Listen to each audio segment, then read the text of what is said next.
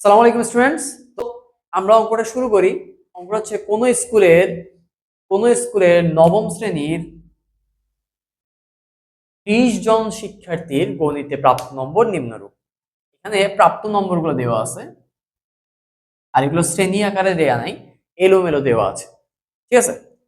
গণসংখ্যা নিবেশন আমাকে কতে বলছে গণসংখ্যা নিবেশন সারণী তৈরি করো। কত বলছে? গণসংখ্যা নিবেশন সারণী তৈরি করো। এই কোশ্চেনটা তোমাদের অনেক বেশি আসবে যদি এলোমেলো উপাত্ত দেয়া থাকে। তুমি গণসংখ্যা নিবেশন সারণী প্রস্তুত করতে। সো প্রথমে তোমাকে পরিসর বের করতে হবে। কি বের করতে হবে? পরিসর বের করতে হবে। সো আমরা পরিসরের সূত্রটা লিখি। পরিসর ইজ ইকুয়াল টু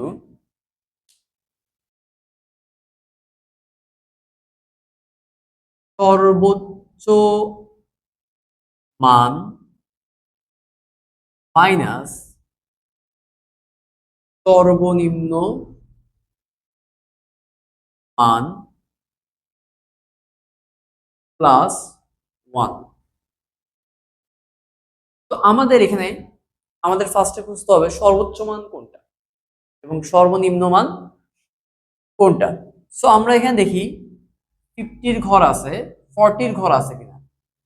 তো এখানে 40-র ঘর দেখা যাচ্ছে, এই যে 45 এর চেয়ে ছোট আছে, এই যে 44 এর চেয়ে ছোট, তাহলে আমরা 44টাকে নিই।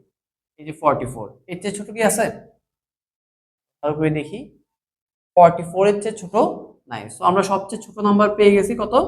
44। এবং সবচেয়ে বড় নাম্বারটা কত এখানে? সবচেয়ে বড় নাম্বারটা কত? দেখো 76 আছে এখানে। তাহলে আর বড় কি আছে? 78। আচ্ছা, আর বড় নেই। তাহলে সবচেয়ে বড় সংখ্যা কত? 78। আর সবচেয়ে ছোট সংখ্যা কত? 44। সো আমরা বসাই 78 মাইনাস 44 প্লাস 1। ওকে, এবার যদি আমরা এটা যোগ বিয়োগ করি, 8 থেকে 4 গেলে হয় 4, 7 থেকে 4 গেলে হয় 3 প্লাস 1 ইকুয়াল টু কত? 35। সো এটা আমি এক লাইনে লিখে দিই, তোমরা বিস্তারিত করবা পরীক্ষার খাতায়। ইকুয়াল টু কত হয়? 35। আমাদের পরিসর বের হয়ে গেছে 35। এবার আমার লাগবে শ্রেণী ব্যক্তি। লাগবে শ্রেণী ব্যক্তি।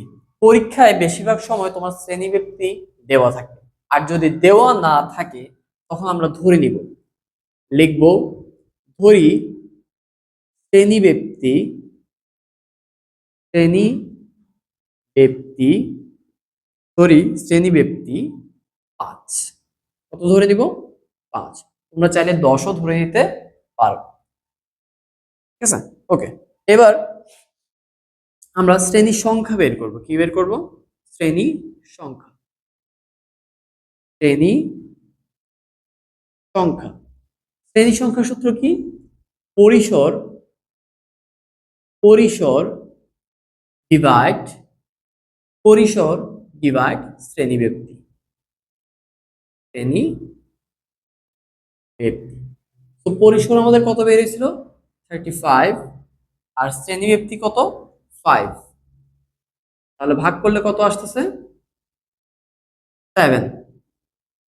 তোমরা এখানে মাঝে মধ্যে খেয়াল রাখবা, যদি পয়েন্ট সামথিং আসে এখানে, ধরো 7.5 আসছে বা 7.4 আসছে, যদি পয়েন্ট সামথিং আসে তাহলে পরের সংখ্যাটা লিখে দিবা। 7 এর পরের সংখ্যা কত?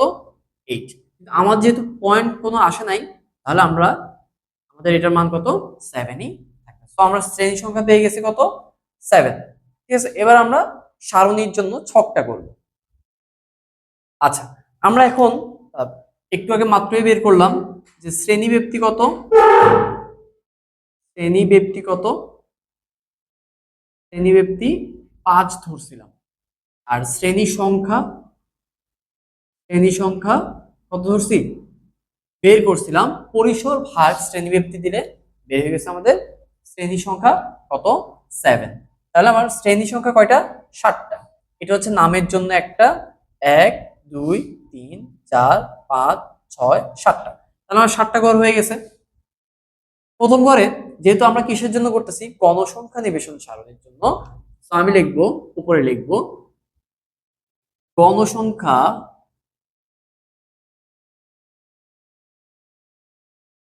নিবেশন সারণী। ওকে, গণসংখ্যা নিবেশন সারণী। সো প্রথমেই লিখতে হবে আমার শ্রেণীব্যাপ্তি, লিখতে হবে শ্রেণীব্যাপ্তি, শ্রেণীব্যাপ্তি অথবা শ্রেণী ব্যবধান, দুইটাই সেম কথা। 2 নম্বর আমার লিখতে হবে টেলি, লিখতে হবে টেলি। 3 নম্বর লিখতে হবে গণসংখ্যা। তাহলে গণসংখ্যা নিবেশন সারণীর জন্য আমার কয়টা ঘর করতে হবে? 3টা ঘর করতে হবে, শ্রেণীব্যাপ্তি, টেলি, গণসংখ্যা। সো আমি শুরু করব সবচেয়ে ছোট সংখ্যা কত, 44 দিয়ে। তো আমরা এখান থেকে শুরু করি 44 থেকে। সো 44 থেকে আমরা ব্যবধান কত নিব? 5। শ্রেণীব্যাপ্তি আমার কত? 5। তাহলে 44 থেকে আমি গণি 44, 45, 46, 47, 48। তাহলে 44 থেকে কত? 48। তাহলে এখানে শুরু হবে কত থেকে? 49 থেকে, পরের সংখ্যা থেকে। 45 থেকে 49 থেকে আমি আবার 5 ঘর করি, 49, 50, 51, 52, 53। তাহলে এখানে হবে কত? 53। 53 এর পরের সংখ্যা কি? 54। 54 থেকে আমি আবার গণি 54, 55, 56, 57, 58। এভাবে আমরা প্রত্যেকটা ঘর লিখতে থাকি।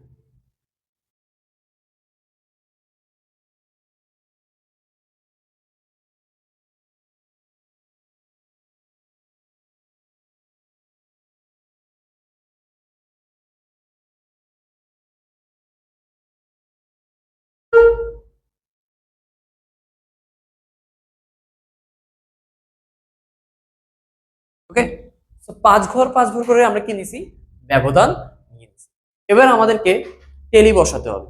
তো টেলি বসানোর সবচেয়ে সহজ নিয়ম হচ্ছে আমরা প্রত্যেকটা সংখ্যা প্রত্যেকটা ঘরে বসাবো। ঠিক আছে? তো ফার্স্ট সংখ্যা কি আমার? 75।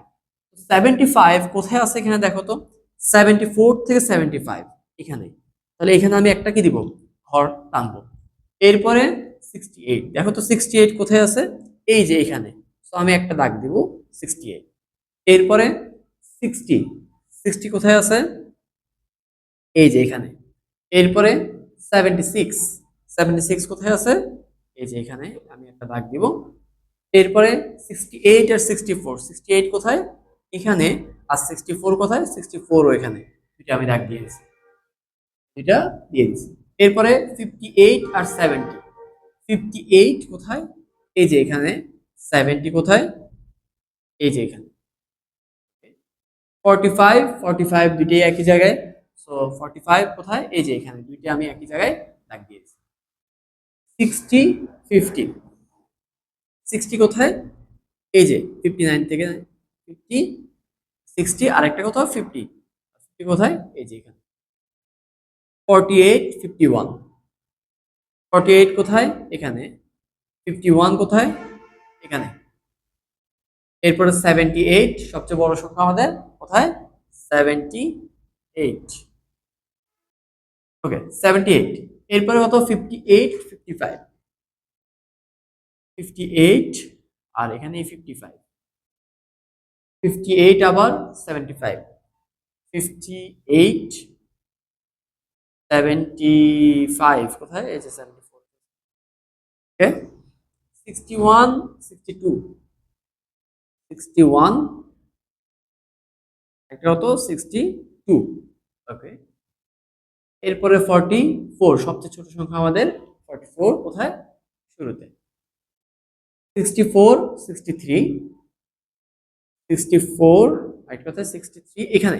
আচ্ছা দেখো, এখানে হবে তো 4টা দাগ দিয়ে দিছি আমি অলরেডি। একটা দাগ দিব এদের 4 জনের উপরে, তাহলে এটা 5 নাম্বার দাগ। ওকে, 70, 70 দুইটা 70, 70 কোথায়? এখানে। 70, 70, 67, 71,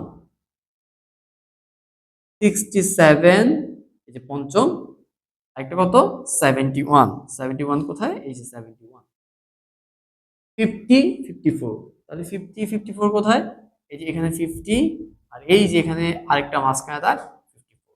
সো আমরা প্রত্যেকটা সংখ্যায় নিয়ে আসছি, কিন্তু আমরা এখানে একটু ভুল লিখছি, যে এই সংখ্যাটা এই ঘরটাতে তো কিছু বসবে না। কয়টা ছিল, 1 2 3 4 5 6 7, এই এতটুকু হওয়ার কথা ছিল, তাই না? আমাদের শ্রেণী সংখ্যা কয়টা, 7টা। তার মানে 8 নাম্বারটা আমরা ভুল লিখছি, এটা লেখা কি নাই, প্রয়োজন নাই। এখন এখানে কয়টা টেলি, 4টা, তো এখানে গণসংখ্যা হবে কত, 4। এখানে টেলি কয়টা, 3টা, তাহলে এখানে গণসংখ্যা হবে কত, 3। এখানে টেলি কয়টা, 5টা, 5টা, আবার 5টা, 4টা, আর এখানে 4টা। সো আমরা গণসংখ্যাগুলো যোগ করে দিব, এখানে আমরা লিখবো মোট। মোট কত, আমরা যোগ করে দেখি, 4 4 8, আবার এখানে একটা 4, 12, 12 আর 3 15, 15 আর 5 20, আর এখানে 5 5 10, 20 আর 10 তার মানে বোঝা যাচ্ছে আমাদের অঙ্কটা কি হয়েছে, সঠিক হয়েছে। এভাবে আমরা খুব সহজে কি করতে পারবো, গণসংখ্যা নিবেশন সারণী প্রস্তুত করতে পারবো।